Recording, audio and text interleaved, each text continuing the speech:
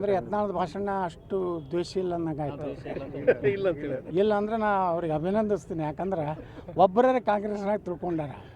ನಮ್ಮ ಜಿಲ್ಲಾ ಉಸ್ತುವಾರಿಗಳಿಗಿಂತ ಹೆಚ್ಚು ತಿಳ್ಕೊಂಡಾರ ಅಂದ್ರೆ ಅವ್ರಿಗೆ ಅಭಿನಂದನೆ. ಪಾಪ ನಮ್ಮ ಜಿಲ್ಲಾ ಉಸ್ತುವಾರಿಗೆ ಭಾಳ ತ್ರಾಸ ಆಗ್ತೈತೆ, ತೊಂದರೆ ಆಗ್ತೈತಿ. ರಾಮಲಿಂಗಾರೆಡ್ಡಿ ಅವರು ಒಬ್ಬ ಅನುಭವಿ, ಒಬ್ಬ ಒಳ್ಳೆಯ ರಾಜಕಾರಣಿ. ಆ ಪಕ್ಷ ಪಂಗಡ ಬೇರೆ, ಅವ್ರು ಅತ್ಯಂತ ಒಬ್ಬ ಹೃದಯವಂತ ರಾಜಕಾರಣಿ. ಡೀಸೆಂಟಾಗಿ ಅವರು ಅಲ್ಲಿ ನಾವು ನೋಡ್ತೀನಿ ವಿಧಾನಸಭೆಯಲ್ಲಿ ಸಾಕಷ್ಟು ಸಲ ನಮಗವ್ರಿಗೆ ಘರ್ಷಣೆ ಆಗ್ತಿರ್ತದೆ. ಆದರೆ ಅವರು ಒಬ್ಬ ಪಕ್ಷಾತೀತವಾಗಿ ಕೆಲಸ ಮಾಡಬೇಕು, ಒಬ್ಬ ಸಚಿವರಾಗಿ ಹೆಂಗಿರ್ಬೇಕು ಅನ್ನೋಂಥ ಇದು ಅದ. ಅದಕ್ಕೆ ಹೇಳಿದ್ದಕ್ಕೆ ದೇಶ ಭಾಷಣೆ ಅನ್ನೋವಂಥದ್ದು ಎಲ್ಲಿಂದ ಪ್ರಾರಂಭ ಆಗ್ತೈತೆ ಅಲ್ಲಿಂದ ಅವ್ರನ್ನ ಒದ್ದು ಹೊರಗೆ ಹಾಕ್ಬೇಕು. ಒಳಗೆ ಯಾರನ್ನ ಪಾಕಿಸ್ತಾನ ಪರವಾಗಿ ಮಾತಾಡೋಣ ಅವ್ರ ದ್ವೇಷ ಅಲ್ಲಿ ಅವ್ರು ಪಾಕಿಸ್ತಾನ ಚಲೋ ಅಂದ್ಮ್ಯಾಗ ನಾವು ಬೇಯಬೇಕಲ್ಲ ಮಕ್ಕಳಿಗೆ. ಭಾಷಣ ಎಲ್ಲಿ ಚಲೋ ಆಗ್ತದೆ? ನಮ್ಮ ದೇಶದ ಅನ್ನ ತಿಂದು ಪಾಕಿಸ್ತಾನ ಪರವಾಗಿ ಮಾತಾಡಿದಾಗ ಭಯೋತ್ಪಾದಕರು ಯಾರು? ಹಿಂದೂಗಳ ಅವರೇ ಮಾಡೋರೆ, ಅವರೇ ಬೆಂಕಿ ಹಚ್ಚೋರು ಅವರೇ, ಬಾಂಬ್ ಹಾಕೋರು ಅವರೇ. ಅದಕ್ಕೆ ನಾವು ಬೈಬೇಕಾಗ್ತದೆ. ರಾಜ್ಯಸಭಾ ಚುನಾವಣೆಯಲ್ಲಿ ವಿಧಾನಸಭೆ ಒಳಗೆ ಪಾಕಿಸ್ತಾನ ಜಿಂದಾಬಾದ್ ಅಂದರು ಅಂತಾರೆ. ತಾಯಿಗಂಡು ನನ್ನ ಮಕ್ಕಳು ಅಂತ ಹೇಳಬೇಕಾಗ್ತದೆ. ಇದು ದ್ವೇಷ ಆಗೋದಿಲ್ಲ, ಇದು ದೇಶ ಪ್ರೀತಿ ಆಗ್ತದೆ.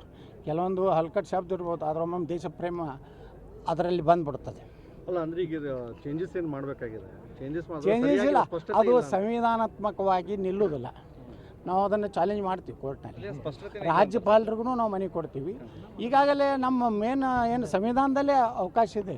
19A ಸ್ಪಷ್ಟವಾಗಿ ಹೇಳ್ತಾರೆ, ಅಭಿವ್ಯಕ್ತ ಸ್ವಾತಂತ್ರ್ಯ, ವಾಕ್ ಸ್ವಾತಂತ್ರ್ಯ ಕಸ್ಕೋಲಿಕ್ಕೆ ಯಾರಿಗೂ ಅಧಿಕಾರ ಇಲ್ಲ. ಅದು ನಾವು ಚಾಲೆಂಜ್ ಮಾಡ್ತೀವಿ. ನಾವು ಇದನ್ನು ಸುಪ್ರೀಂ ಕೋರ್ಟ್ವರೆಗೂ ನಾವು ಇದನ್ನು ಇವರು ಗವರ್ನರ್ ಸಹಿಯಾಗಿ ಬರಬೇಕಲ್ಲ.